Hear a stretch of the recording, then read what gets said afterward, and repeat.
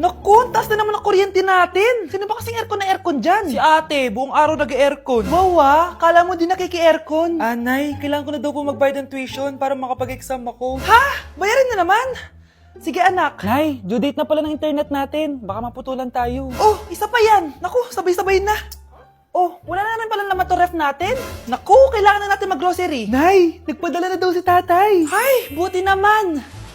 Umulan pa, patay. Paano kaya pupunta sa remittance center neto? Ano ka ba, Nay? Nagpadala si tatay via GCash at may bonus credits pa. Wow, high-tech na pala anak. Eh, paano yung mga bills natin? Pwede din yan sa GCash, Nay. Ayan, kaka-cellphone mo yan. Ay, mali. Kaka-GCash mo yan. Kaya magpadala na sa GCash dahil diretso sa GCash wallet mo ang remittances abroad. Hindi ka nalalabas ng bahay dahil hassle-free at 24/7 tong available. At wala tong transfer fee sa mga verified users.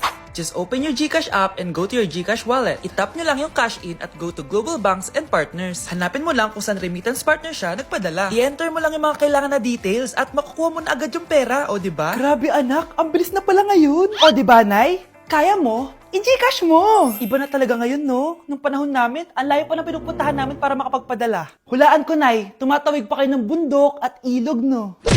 Mga anak, ano natanggap ng regalo ngayong Pasko? Binigyan ako ng earphones, Nay! Bakit ganito yung binigay sa akin? Binigyan lang naman ako ng bagong iPhone! Ang daya naman! Bakit? Kasalanan ko ba mas mayaman yung ninang ko kesa sa inyo? May iPhone ka nga, Android naman yung lumilitaw. Che! Eh ikaw, Nay, anong natanggap mo? Sama ng loob. O ano, huwag niyo lang yung tanong kung ano natanggap ko. Halata naman, di ba? Ang babait ninyo, thank you. Ay, 200, ang galing nyo. Mukhang malaki bigayan dun ah. Salamat po! Jingle bell, jingle bell, jingle... Oh, ito, 10 pesos. 10 pesos? Sa kanila 100? Bakit ganito lang yung akin? Di ba ikaw yung ex ng anak ko? Yung nanloko sa kanya? Salamat ka, binigyan pa kita. Sungit! Asim naman ng anak nyo. Aba, bastos! A few moments later. Hi, Mars! Ay, ito na ba yung anak ko? Ang laki niya na pala. Ay, oo, Mare. May girlfriend na nga yan eh. Boyfriend po. Ah, marunong din yan kumanta, Mare. Mga gusto mong marinig. Na yan ba yan? Talaga? Sige nga, pasampol. Kumanta ka na. Gusto ko nang bumitaw. Ayusin mo. Paano ka magkakapera niyan? Gusto ko nang bumitaw. Galing naman. O, eto, pamasko mo. Ay, akin na yun, Mare. Baka mawala pa niya yan. Burara pa naman yan. Ay, wait. Isasend ko na lang pala sa Shopee Pay ng inaanak ko. For sure, hindi niya mawawala yun doon. Super easy lang magpadala ng Shopee Pay ang PAW. Just go to your profile, click Send Money, and send ang PAW. Just enter the amount at kung ilan ang bibigyan nyo. Pwede pa kayo mamili kung anong design at kung anong gusto nyo sabihin. Kaya ikaw, Mare, send your pamasko na through Shopee Pay ang PAW. Ay, may Shopee Pay na pala. Sige, gagamitin ko yun. Thank you po, Ninang. Got you, inaanak. Ayokong nakikipag-usap ka sa lalaking mo. Nagsiselos ka, no? Mali man ang ikaw ay ibigin ko. Anak, ano naman yung ginagawa mo? Hulaan ko. Uso na naman yan, no? Ah, oo, Nay. Uso to ngayon si Shrek. Ang cute niya kasi. Talagang juwang-juwa ka na, no? Eto na lang si Badong yung juwain mo. Hi, Scarlett. Wag na lang magjowa, Nay. Mas pipiliin ko pa si Shrek kesa dyan, no? Arte neto. Class, may joke ako. Anong hayop ang hindi marunong magtago? Ano po, ma'am? Eh di, elepante, kasi di ba malaki siya? Corny ni ma'am. Trubes.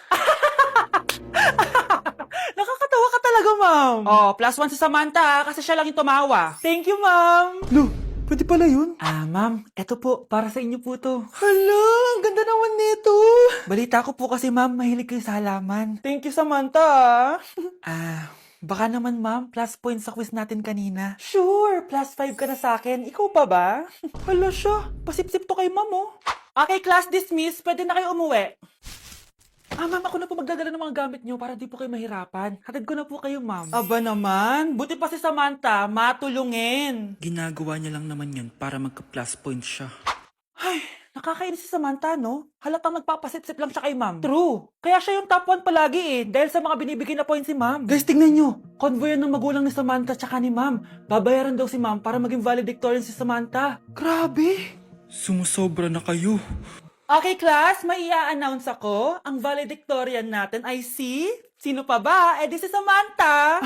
Hala, totoo ba? Hindi ko expect. Congrats, Samantha! Ang galing nyo! Ang galing mong bumili ng grades. Ha? Scarlett, sit down! Ay, no! Convo nyo to, diba? Magkano binigay sa'yo, ma'am? 1 milyon? Wow, easy money! Alo, nagpapabayad si ma'am? Grabe. Ano kaya magiging reaction ng principal pag nasend ko to sa kanya? Hindi yan totoo! I-delete mo yan! Oops! Sorry na send.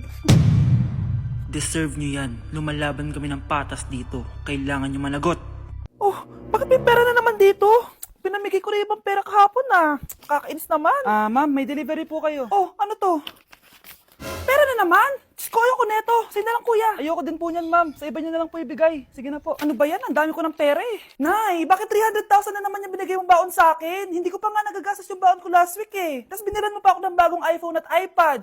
Bawasan mo yung baon ko, ha? Nakakainis ka. Huwag ka na magreklamo. Ang dami na nga natin pera eh. O, eto pa. Hindi ko na alam kung saan ko gagastusin to eh. Ay, naku. Padala kasi ng padala ng pera eh. Tapon ko na lang to. Congrats, ma'am! Kayo po ang grand winner ng 5 million pesos! Ano ba yan? Pera na naman. Pwede ba hindi ko tanggapin yan? Dami ko ng pera eh. Ay, bawal na po namin kunin to, ma'am. Sa'yo na po to. Congrats po ulit. Ba't pa ako nagising? Sana ganun na lang yung problema ko.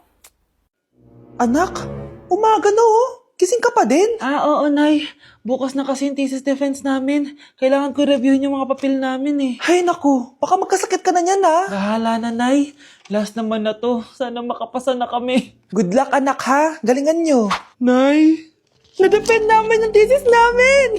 Wow, congrats anak. Ibig sabihin, oo Nay, gagraduate na ako.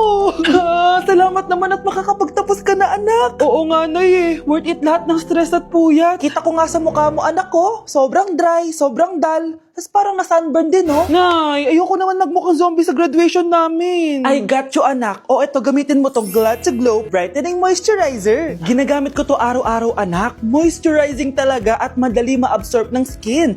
Take note, suitable to for all skin types. Grabe na yun, nag-brighten talaga yung skin ko. Ready na ako sa graduation namin. O, diba? Sabi ko naman sa'yo I got you. Good morning, class! Good mood si ma'am ngayon Sana good mood lang siya gang mamaya. Bago tayo mag-start, mag-pray muna tayo, okay? Sino gusto mag-lead? Di ako marunong niyan, ikaw na lang. Lalo na ako, di nga ako sumisimba eh. Wala. Pag walang pumunta sa harap, lahat kayo i-absent ko! Bes, ikaw na lang. Ma'am, ako na lang po. Madali naman pala kayo kausap eh. Okay, class, so dito na nagtatapos sa lesson natin. Oh, may 1 oras pa pala tayo eh. Sige na, i-dismiss ko na kayo. Yes, be, tara gala tayo. Tara be, buti nilang talaga dinismiss tayo agad. Aba, excited? Uwing-uwi? Ayaw niyo siguro sa subject ko, no? Maghihintay kayo hanggang 4 p.m. dito! Walang uuwi! Grabe naman yung mood swing ni ma'am. Nakakainis. I love you too. Okay, class, dahil good mood ako today, hindi tuloy ang quiz at lesson natin. Ay, salamat. Magagawa ko na yung assignment ko sa math. Bes, pakopya naman ako niyan. Aba! Sino nagsabi sa inyo na pwede kayo gumawa ng assignment sa ibang subject, ha? Ma'am, talagang sinisira niyo mood ko, ha? Lahat kayo bagsak sa quiz!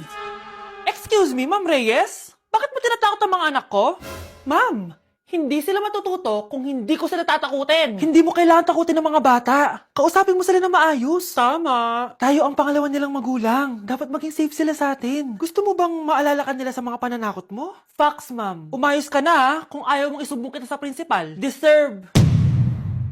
Anak, kumakalat na pala yung mga zombie! Talaga, Nay? Oo, anak! Mag-ingat ka! Opo, Nay! Tatawagan ko pa yung boyfriend ko! Ba't naging zombie ka, babe? Ayoko na mabuhay! Kagatin mo na lang ako, babe! Dito! Sino ka? Walang hiya ka, babe! Sabi mo ako lang kakainin mo! Maria, ano mangyayari sa'yo? Alam kong marami akong utang pero huwag mo akong kakagatin! A few moments later. Nay, anong gagawin natin? Di ba yung mga zombie kapag kinagat tayo, magiging zombie din tayo? Opo, Nay! Paano kung tayo kumagat sa mga zombie? Magiging tao din sila! Talino mo talaga, Nay! Kagatin natin sila, anak! Sige po, Nay!